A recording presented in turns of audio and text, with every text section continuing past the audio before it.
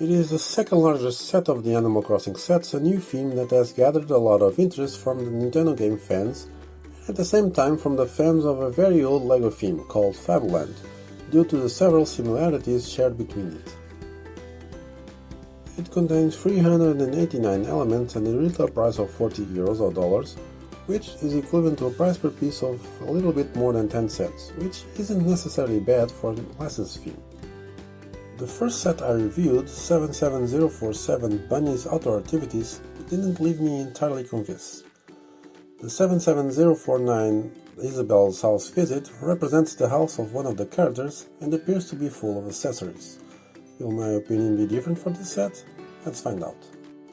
Regarding the minifigures, the designers did a fantastic job with the new head molds. Medium legs are included, smaller than the normal ones but with the ability to move, unlike the smaller version. Personally, I love this element and I always hope that it appears in more sets so it becomes more common.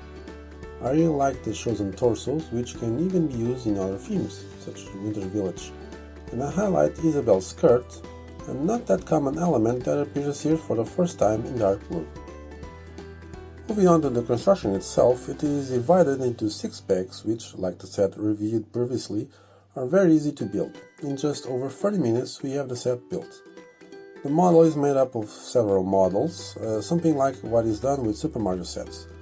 With the first pack we start by building a small vegetable garden with pumpkins, carrots and a fence, and a workstation with several tools and a 1x2 tile with an acorn, which is exclusive to this set so far.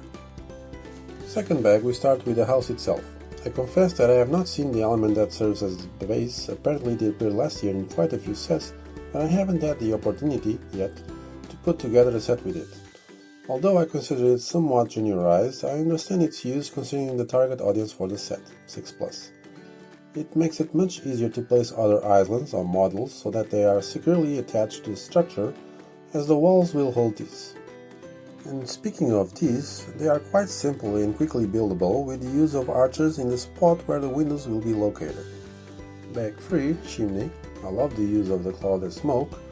Door with 2 new elements, the frame and the door itself, and the new windows where you can use 2 types. Both are 1x4, but one type is rounded and in dark azure, while the other is square and in dark orange. Bag number 4, the roof, which is placed with clips and bars, while several curved tiles make a cool look above. With bag number 5, let's do a Extreme Makeover House Edition thing. The small builds are dedicated to the interior of the house and its decoration, starting with a 2x2 printed tile, exclusive until now, of Cave K Slider, a famous canine artist on the island. After that we moved on to the several pieces of the furniture such as the bed, the bedside table with clock, vase with plant, stove, table, bench, sink and a book. I highlight a new printed tile of a cell phone and the suggestions given in the instructions for different ways of arranging the furniture inside the house. Finally, with the last bag, the exterior. A mailbox for the house and 2 more models, one with water pond and the other with an apple tree, and inside this a tile with a star. The bell, which in the game represents some sort of currency which you can buy items with. The set is completed with a buildable gift with a balloon which contains a perfect one for fauna, ink and a brush. At this point the instructions also give examples for organizing the several models of the set.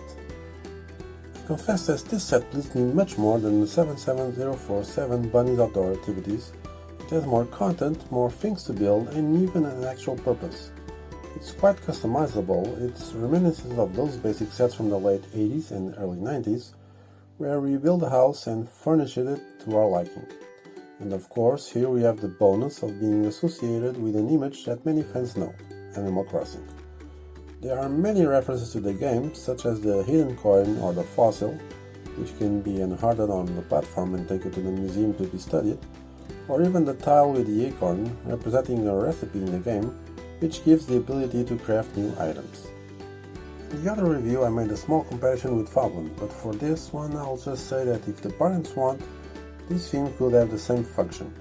The construction process is relatively simple, it is customizable, encourages the creativity of the younger ones, and could be a good transition point between Duplo or 4+ sets to 7 or 8+ sets theme. So, what is your opinion on the set? Do you like the theme? Please let me know your thoughts on the comments below. Thank you LEGO and Sweet PR for sending the set for review. Opinions on it are my own. In the next few days I'll be posting more set reviews and a few surprises. And don't forget, farewell.